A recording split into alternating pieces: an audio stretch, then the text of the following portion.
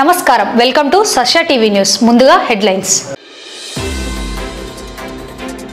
ఈ నెల 14వ తేదీ నుండి 3 రోజులు అన్సెట్ డైమండ్ జ్యువెలర్స్ మరియు కిస్నా డైమండ్ సంయుక్త నిర్వహణలో మెగా స్వర్ణ వజ్రాభరణం ఎగ్జిబిషన్ మరియు అమ్మకాలు మహిళల ఆర్థిక స్వావలంబనకు ఎన్సీసీ తోడ్పాటును అందిస్తుందని పేర్కొన్న commanding officer colonel Joby Philip వక్ఫ్ చట్టానికి సవరణ బిల్లుకు వ్యతిరేకంగా జమియత్ ఉలామా ఆధ్వర్యంలో క్యూఆర్ కోడ్ ద్వారా అభిప్రాయ సేకరణ వక్ఫ్ బిల్లు సవరణను వ్యతిరేకిస్తూ Nandyal Muslim joint action committee email campaign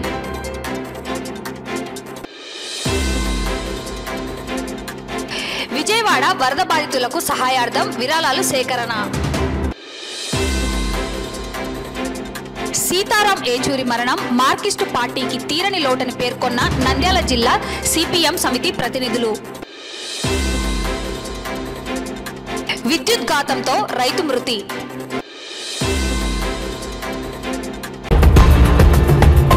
ఈ నెల 14, 15, 16వ తేదీలలో నంద్యాలలో అన్సెట్ డైమండ్స్ జ్యువెలర్స్ మరియు కిస్నా డైమండ్స్ సంయుక్త నిర్వహణలో పట్టణంలోని సౌజన్య కన్వెన్షన్ నందు మెగా స్వర్ణ వజ్రాభరణం ఎగ్జిబిషన్ మరియు అమ్మకాలను నిర్వహిస్తున్నట్లు అన్సర్ జ్యువెలర్స్ నిర్వాహకులు అన్సర్ అప్సర్ పేర్కొన్నారు. ఈ సందర్భంగా వారు మాట్లాడుతూ నమ్మకం నాణ్యతలే ప్రామాణికంగా రాయలసీమలో నంద్యాలలో ప్రజలచే విశేషంగా ఆదరించబడుతున్న అన్సెట్ డైమండ్ జ్యువెలర్స్ మరియు కిస్నా డైమండ్స్ వారి సంయుక్త నిర్వహణలో సౌజన్య కన్వెన్షన్ నందు సెప్టెంబర్ 14, 15, 16వ తేదీలలో పట్టణంలో మెగా డైమండ్ జ్యువెలరీ ఎగ్జిబిషన్ మరియు సేల్స్ నిర్వహించడం జరుగుతుందని తెలిపారు.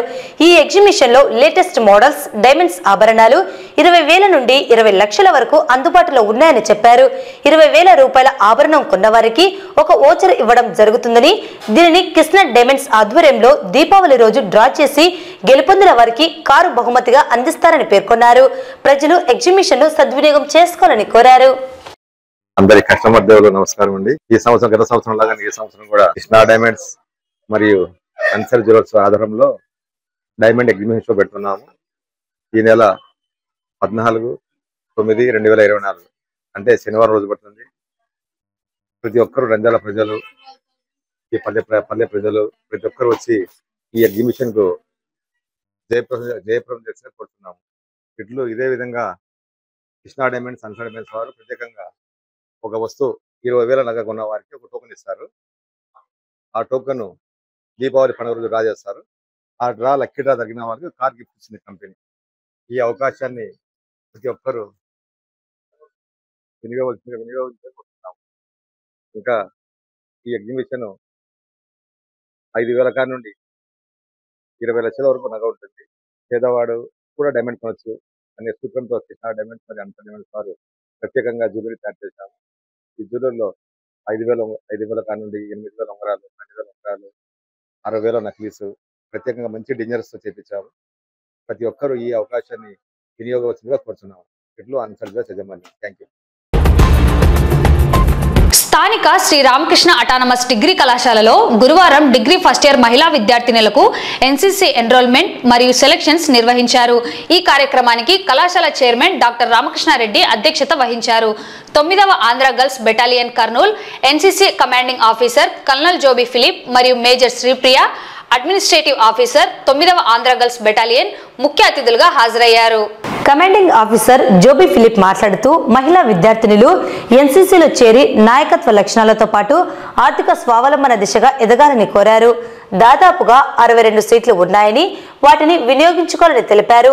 ఎన్సీసీలో చేరడం వలన క్రమశిక్షణ, దేశభక్తి, ఆత్మవిశ్వాసము, నాయకత్వ లక్షణాలు, శారీరక దారుఢ్యం, ధైర్యం, సాహసం వంటి ఎన్నో లక్షణాలు అలవడతాయని, దీని వలన జీవితంలో ఎన్నో అద్భుతమైన విజయాలు, లక్ష్యాలు చేరుకోవడానికి దోహదం చేస్తాయని అన్నారు. తప్పనిసరిగా ప్రతి విద్యార్థిని ఆర్థిక స్వావలంబన దిశగా ప్రయత్నం చేసినప్పుడు పురుషులతో పాటు స్త్రీలు కూడా అన్ని రంగాలలో రాణిస్తున్న ఈ కాలంలో మహిళలకు ఉన్న ఎన్నో అవకాశాలు వినియోగించుకోవాలని అన్నారు. ఇతరులపైన ఆధారపడే మనస్తత్వాన్ని విడనాడాలని, స్వయం కృషితో పైకి రావడానికి ప్రయత్నం చేయాలని, ఉన్నతమైన వ్యక్తిత్వాన్ని అలవర్చుకోవాలని అన్నారు. 3 సంవత్సరాలలో ఎన్సీసీ వలన బి సర్టిఫికేట్, సి సర్టిఫికేట్ కూడా పొందుతారని, దీని వలన ఉద్యోగాలలో రిజర్వేషన్ సౌకర్యం ఉంటుంది కాబట్టి తప్పనిసరిగా అందరూ చేరడానికి ప్రయత్నం చేయాలని తెలియజేశారు।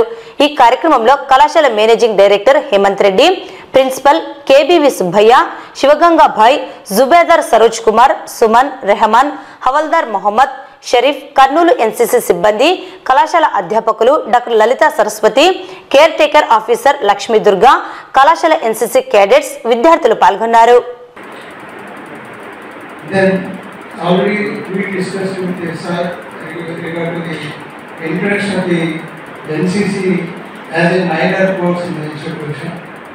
Already we got an approval from the State Council of Higher Education and also from the university. But that comes only after the first semester. So from second semester onwards, the present first year students can take the NCC as a minor subject. That I'm going to ask you, I want a response from all of you, all those who are in NCC and all those who are not in NCC. Okay, let's see how intelligent and how good we are at our general knowledge. First, I would like to ask the cadets who are in NCC uniform, that has NCC helped you, or is it just that you are wearing a uniform and you have just ticked, okay, NCC gets over, it's fine. Okay, has NCC helped you, and if yes, how has it helped you? Part of education in this time, especially for women, I see all girls sitting here, because whatever education you get, you need to be courageous, you need to be morally correct, and you should have the ability to take stand, and you can fight for yourself, because I don't think in this era anyone else will come for you and save you. Those days are over. It is now you are going to take charge of your life. So how to behave, it teaches you how to get educated, and at the same time it teaches you like how to be kind and helpful to the society. So we can say that NCC is not something that we say like it's a special credit. It is something, it's a way of life that every student has to run. Unfortunately, there are limited seats for the students. But in the past years, where the students registered for NCC and for their achievements in their career and the kind of participation in different kinds of the events such as maybe education, maybe cultural, maybe traditional, any part of the things. Nandyal పట్టణంలో గురువారం జమియత్ ఉలామా అధ్యక్షుడు మౌలానా ఖలీల్ అహ్మద్ ఆధ్వర్యంలో 1995 కేంద్ర వక్ఫ్ చట్టానికి సవరణలు చేస్తూ తీసుకున్న నిర్ణయాన్ని వ్యతిరేకిస్తూ మద్రాసాకు చెందిన బాలికలు గాంధీ చౌక్ మార్కెట్లో తిరిగి విషయాన్ని వివరిస్తూ ఈ బిల్లుకు వ్యతిరేకంగా ఈ బిల్లు రిజెక్ట్ చేయడానికి QR కోడ్ ద్వారా స్కాన్ చేసి ఈమెయిల్ చేయడం జరిగింది। మౌలానా ఖలీల్ అహ్మద్ మాట్లాడుతూ ఈ సవరణ బిల్లు మత స్వేచ్ఛకు భంగం కలిగిస్తుందని, వక్ఫ్ ఆస్తుల రక్షణకు భంగం కలిగిస్తుందని, వక్ఫ్ బోర్డు స్వయం ప్రతిపత్తిని నిర్వీర్యం చేస్తుంది। ఈ కార్యక్రమంలో మౌలానా ఖలీల్ అహ్మద్, हफीज अनवर मरियु जमीयत कार्यकर्तालु तदितरुलु पाल्गొన్నారు। इस वक्त में हमारे लिए बहुत बड़ा मौका है कि वक्फ बोर्ड का जो तरमीमी बिल, जो वक्फ बोर्ड मुसलमानों के हुकूक थे, जो हमारी सरजमीन है, गोया वो अल्लाह की दी हुई जमीनें हैं, आज उस जमीनों पर कब्जा करने के लिए नापाक कोशिशें कर रहे हैं। इसकी दिफा करने के लिए आज हमारे नंदियाल मार्केट में जमीयत उलमा की तरफ से हमारे जामियत सालिहात के तालिबात लड़कियां दुकान दुकान फिरकर इस बात को समझा रहे हैं कि एक दिन बाकी रह गया है, अपनी बिल की मंजूरी से पहले अपनी राय पेश करने का मौका दिया है। इस मौके गनीमत जानेंगे, वरना वक्त आएगा हमारी मस्जिदें नहीं रहेंगी, हमारे दरगाहें नहीं रहेंगी, हमारे मदरसे नहीं रहेंगे, हमारी वक्फ बोर्ड की जमीनों के ऊपर कब्जा कर लिया जाएगा। ये जुल्म बढ़ता जा रहा है। इस जुल्म को खत्म करने के लिए एक कोशिश चल रही है। तमाम हजरात इस बात को ध्यान में रख लें कि मौका है, ये मौका हाथ से चले गया फिर हम कुछ भी करना चाहे नहीं कर सकते। अगर ये बिल मंजूर हो गया तो हमारे हाथों से हमारे मस्जिदें, हमारे जमीनें, हमारे दरसगाहें, हमारे मदरसे निकल जाएंगे। ఈ రోజు మన నంద్యాల కూరగాయల మార్కెట్ లో మదరసా అల్ బనాతు సాలిహాత్ తరపు నుంచి ప్రతి ఒక్కరికి అవగాహన తెలియజేయడం జరుగుతుంది. ఎందుకంటే మన భారతదేశంలో ఈ రాజ్యాంగం తరపు నుంచి ఎలక్షన్లు చేసి ఒక మంత్రిని ఎంచుకోవడం జరుగుతుంది. ఎందుకంటే ఆయన ప్రతి ఒక్క సుఖ సంతోషాలు కోరేవాడు, ప్రతి ఒక్కరికి ఆసరా కలిగించేలా చూసుకునే విధానాలతో మనము ఒక రాజ్యాంగం రాసుకోవడం జరిగింది. కానీ ఈరోజు నరేంద్ర మోడీ గారు వారి ప్రభుత్వము ఎలా పరిపాలన చేస్తుందంటే వాళ్లకు అభివృద్ధి చాతకాక ఈ దేవుని యొక్క స్థలము వక్ఫ్ అంటే అల్లాహకు ఇచ్చిన ఒక స్థలంని దోచుకోవడానికి ఎన్నో చట్టాలు తేవడం జరుగుతుంది. దానికి వ్యతిరేకంగా ఈరోజు ఈ యాప్ ద్వారా అక్కడ ఈ బిల్లుకు వ్యతిరేకంగా చెప్పడం జరుగుతుంది. కావున ప్రతి ఒక్కరు భారతీయులందరూ కూడా ఇలాంటి నల్ల చట్టాలకు వ్యతిరేకించాలని ఈరోజు మేము నంద్యాల తరపు నుంచి జమాతే ఉలమా తరపు నుంచి చెప్పడం జరుగుతుంది. అస్సలాము అలైకుం. నంద్యాల ముస్లిం జేఏసీ ఆధ్వర్యంలో గురువారం స్థానిక గాంధీ చౌక్ నందు వక్ఫ్ అమెండ్మెంట్ యాక్ట్ బిల్లుకు వ్యతిరేకంగా ఈమెయిల్ క్యాంపెయిన్ నిర్వహించడం జరిగింది.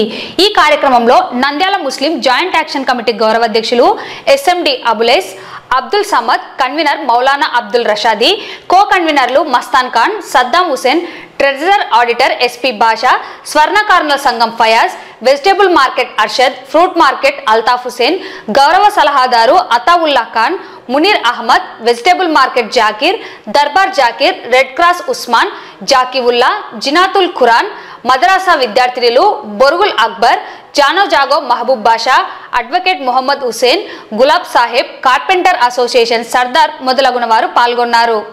ఈ సందర్భంగా వారు మాట్లాడుతూ గతంలో పెద్దలు ముస్లింల అభ్యున్నతిని కోరుతూ తమ సొంత ఆస్తులను వక్ఫ్ చేస్తారని, వక్ఫ్ అంటే అల్లాహకు చెందినది అని అర్థమన్నారు.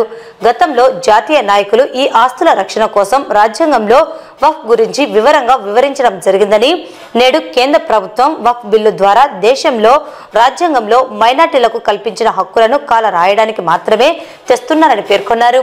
ఒకవేళ ఈ బిల్లు పాస్ అయితే ముస్లిమేతరులు వక్ఫ్ ఆస్తిపై పెత్తనం చెలాయిస్తారని, వక్ఫ్ బోర్డుకు ఉన్న అధికారాలను ప్రభుత్వం లాక్కోవడం జరుగుతుందని, రిజిస్ట్రేషన్ చేయని వక్ఫ్ ఆస్తిగా గుర్తించబడదని, దీనివల్ల మసీదులు, ఈద్గాలు, కబరస్థాన్లు, ఈద్గాలు కేంద్ర ప్రభుత్వం లాక్కోవడానికి ఈ బిల్లును ఒక ఆయుధంగా వాడుతుందని పేర్కొన్నారు. ఇందుకు వక్ఫ్ ఆస్తులను కబ్జా చేస్తున్న వారికి రక్షణ కల్పిస్తున్నదని, ఇప్పటి వరకు ఉన్న వక్ఫ్ ట్రిబ్యునల్ తన అస్తిత్వాన్ని కోల్పోనుందని, కాబట్టి ప్రతి ముస్లిం సోదరులు, అభ్యుదయవాదులు, లౌకికవాదులు ఈ బిల్లుకు వ్యతిరేకంగా తమ ఫోన్ల ద్వారా జాయింట్ పార్లమెంటరీ కమిటీకి తమ అభ్యంతరాలను 13వ తేదీ సెప్టెంబర్లోగా పెద్ద సంఖ్యలో పంపించి ఈ బిల్లును అడ్డుకోవాలని ప్రజలను కోరారు. ముస్లింల ఆస్తులు కబళించడానికి ఈ వక్ఫ్ సవరణ చట్టం పేర పెద్ద కుట్రకు తెరతీసింది. అయితే ప్రభుత్వం అక్కడ బిల్లు పాస్ చేయడానికి తగిన ఓటింగ్ లేకపోవడము, కొంతమంది తిరస్కరించడంతో పార్లమెంటు కమిటీకి పంపబడింది. ప్రభుత్వము మొత్తం ఆస్తిని హరించడానికి బిల్లు పాస్ చేస్తుంది. ఈ తప్పనిసరిగా మేము ప్రతిపక్షాలకు ఈ బిల్లును వ్యతిరేకించమని రిక్వెస్ట్ చేస్తున్నాము. ఇప్పటికే బీజేపీలో భాగస్వామ్యాలైన తెలుగుదేశం కూడా మేము రిక్వెస్ట్ చేస్తున్నాము. ఈ యొక్క వక్ఫ్ బోర్డు ఆస్తుల బిల్లు చట్టం రూపంలో పార్లమెంట్ వచ్చినప్పుడు తిరస్కరించమని కోరుతున్నాము. ఈ నేపథ్యంలో నంద్యాల ముస్లిం జేఏసీ ఆధ్వర్యంలో ఈ రోజు ఈ యొక్క ఈమెయిల్ క్యాంపెయిన్ పెట్టాము. ఇప్పటికీ ఉదయం నుంచి ఇంచుమించు 200 మెయిల్స్ పంపగలిగినాము. ఇంకా సాయంత్రం వరకు పంపి ఈ యొక్క ప్రక్రియ రేపటి వరకు కొనసాగుతుంది. మసీదులలో, ఇండ్ల వరకు అందరికీ నంద్యాల ముస్లిం జేఏసీ తరఫున మా వాలంటీర్స్ వెళ్లి ఈ యొక్క మెయిల్స్ ద్వారా తిరస్కరించడానికి కృషి చేస్తున్నాము. ఏదైతే వక్ఫ్ బోర్డు అమెండ్మెంట్ బిల్కు వ్యతిరేకంగా ఈమెయిల్ క్యాంపెయిన్ నిర్వహిస్తూ ఉన్నాము ఇక్కడ గాంధీ చౌక్లో నంద్యాలలో. ఈరోజు బీజేపీ ప్రభుత్వము ముస్లింలకు సహాయపడడం అటుంచి ముస్లింలు సచార్ కమిటీ తర్వాత అదర్ కమిటీస్ చాలా వెనుకబడి ఉన్నారు, ఎస్సీ ఎస్టీల కంటే వెనుకబడి ఉన్నారంటే ప్రభుత్వం వాళ్లకు సహాయం చేసేది పోయి వాళ్ళ దగ్గర ఉన్న ఏవైతే ఆస్తులు ఉన్నాయో వాటిని హరించడానికి, ఆ ఆస్తులను కూడా లాక్కోవడానికి ఈరోజు ఈ బిల్లును తీసుకొని వస్తూ ఉంది. దాన్ని అడ్డుకోవడానికి ముస్లింలంతా ఏకత్రాటిపై Nandyal Muslim joint action committee ఆధ్వర్యంలో ఈరోజు ఈ క్యాంపెయిన్ నిర్వహిస్తున్నాము. हालांकि वो साजिश है, बिल्कुल झूठ है। वो चाहते हैं कि मुसलमानों के पास से प्रॉपर्टीज कब्जा कर लिया जाए और जो फ़ायदा मुसलमानों को हो रहा है उससे भी ये मुसलमानों को रोक कर नुकसान पहुंचाना चाहते हैं। तो इस वास्ते पूरे मुसलमान जहाँ जहाँ तक ये मैसेज पहुंच रहा है, जो इसको देखें या सुने, उन सब से गुजारिश है कि वो 13 तारीख की रात तक 12 बजे तक टाइम है, उस वक्त तक अपने फ़ोन से जीमेल के ज़रिए से अपने घर के हर फर्द के नाम से मेल भेजने की कोशिश करें। విజయవాడలో ప్రకృతి విలయతాండవం చేయడంతో పేద ధనిక మధ్యతరగతి ప్రజలకు తీవ్ర నష్టాన్ని కలిగించి అందరినీ రోడ్డున పడేసింది. ఈ భారీ వరదలకు విజయవాడ అతలాకుతలం అయ్యింది.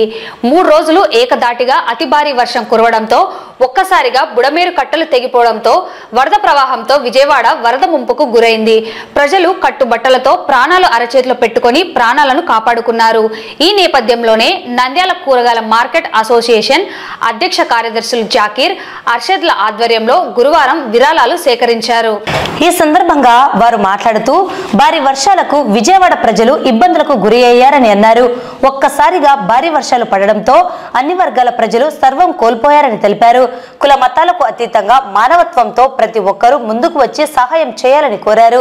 తమ వంతు సహాయంగా కూరగాయల మార్కెట్లో కూరగాయలు, ఆకుకూరలు విక్రయించే హోల్సేల్, రిటైల్ వ్యాపారులు వారికి తోచిన విధంగా విజయవాడ బాధితులకు చేతనైన సహాయం అందించారు.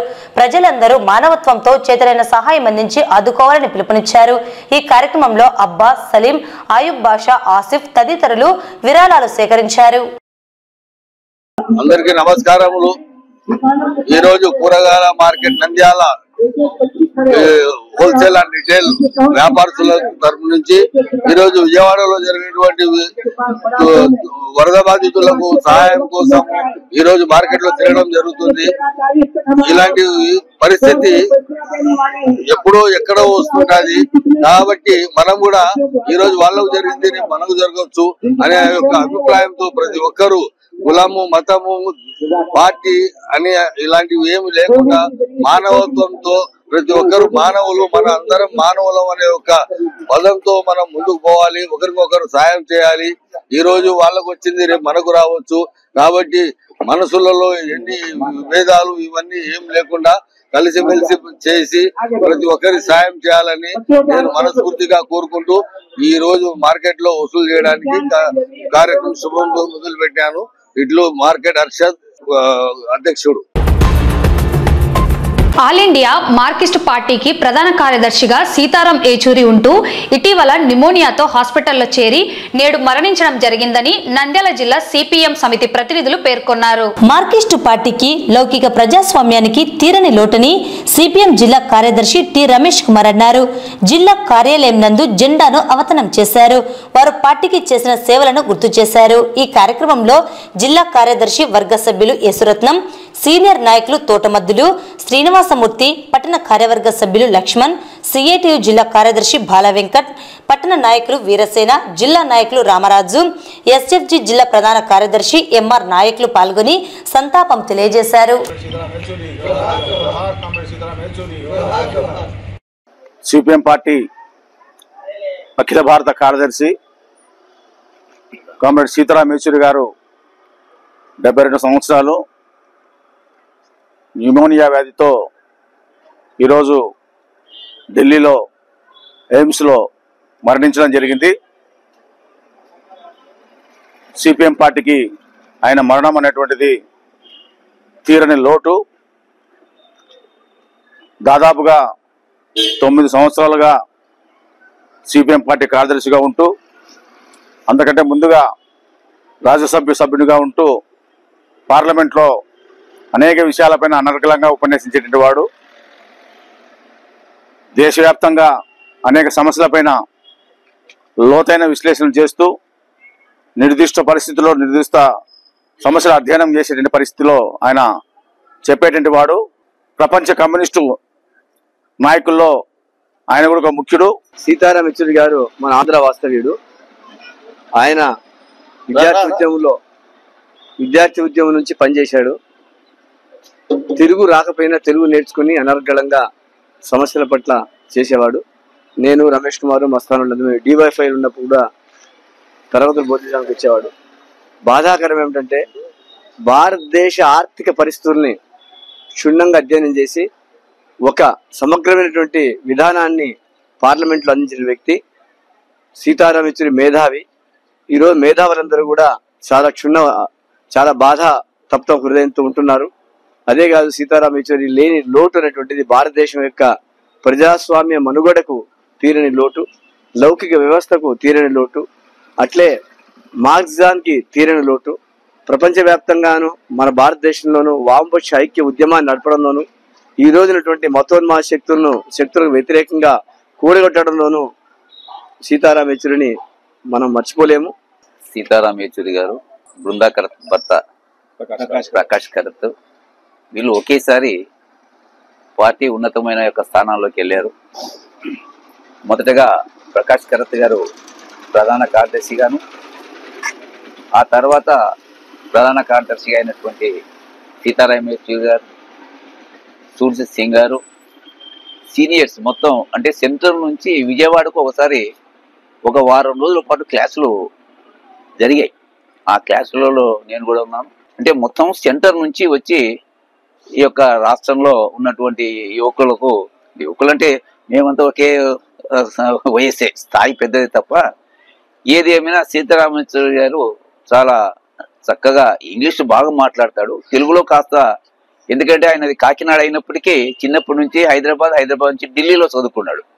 మోహన్ కంద వాళ్ళ మేనమామ మన చంద్రబాబు నాయుడు ముఖ్యమంత్రిగా ఉన్నప్పుడు సిఎస్గా ఇక్కడ పనిచేశాడు. అంటే ఒక ఉన్నతమైనటువంటి కుటుంబం నుంచి వచ్చి మార్క్సిస్ట్ పార్టీలో చేరి చిన్న వయసులోనే ఎమర్జెన్సీకి వ్యతిరేకంగా ఆ విధంగా జైలుకి వెళ్ళడం ఇటువంటివన్నీ కూడా చూసినటువంటి వాడు. నంద్యాల మండలం చాపిరేవుల గ్రామానికి చెందిన సాడం బలరాముడు అనే రైతు ప్రమాదవశాత్తు విద్యుత్ ఘాతంతో మృతి చెందాడు. పొలంలో మోటార్ స్విచ్ ఆన్ చేయడానికి వెళ్లిన బలరాముడు ప్రమాదవశాత్తు విద్యుత్ షాక్ తగలడంతో అక్కడికక్కడే దుర్మరణం చెందాడు. మృతుని సోదరుడు మాట్లాడుతూ తన అన్న సాడం బలరాముడు పొలానికి సంబంధించిన మోటార్ రిపేర్ చేసేందుకు వెళ్లిన సందర్భంలో ప్రమాదవశాత్తు విద్యుత్ షాక్ తగలడంతో మృతి చెందాడని తెలిపారు.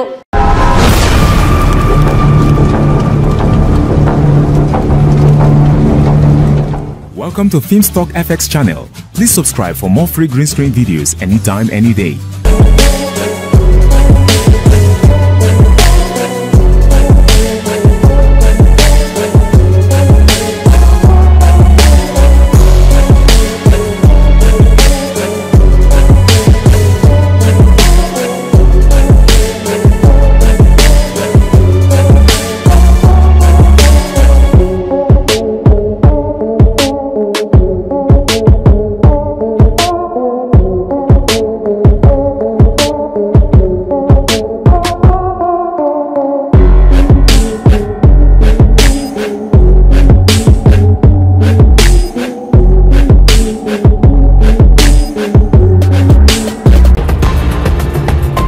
వార్తలు ముగించే ముందు ముఖ్యాంశాలు మరోసారి.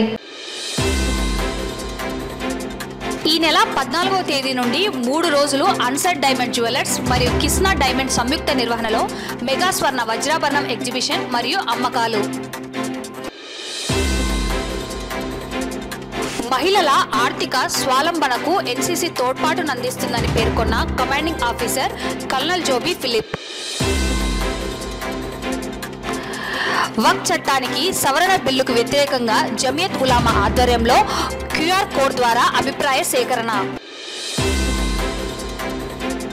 వక్ఫ్ బిల్లు సవరణను వ్యతిరేకిస్తూ Nandyal Muslim joint action committee email campaign.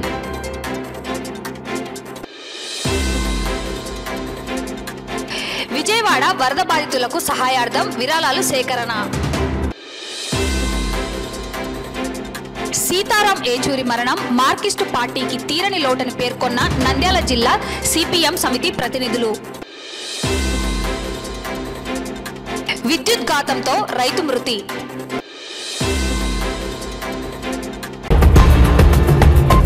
ఈ వార్తలు ఇంతటితో సమాప్తం. నమస్కారం.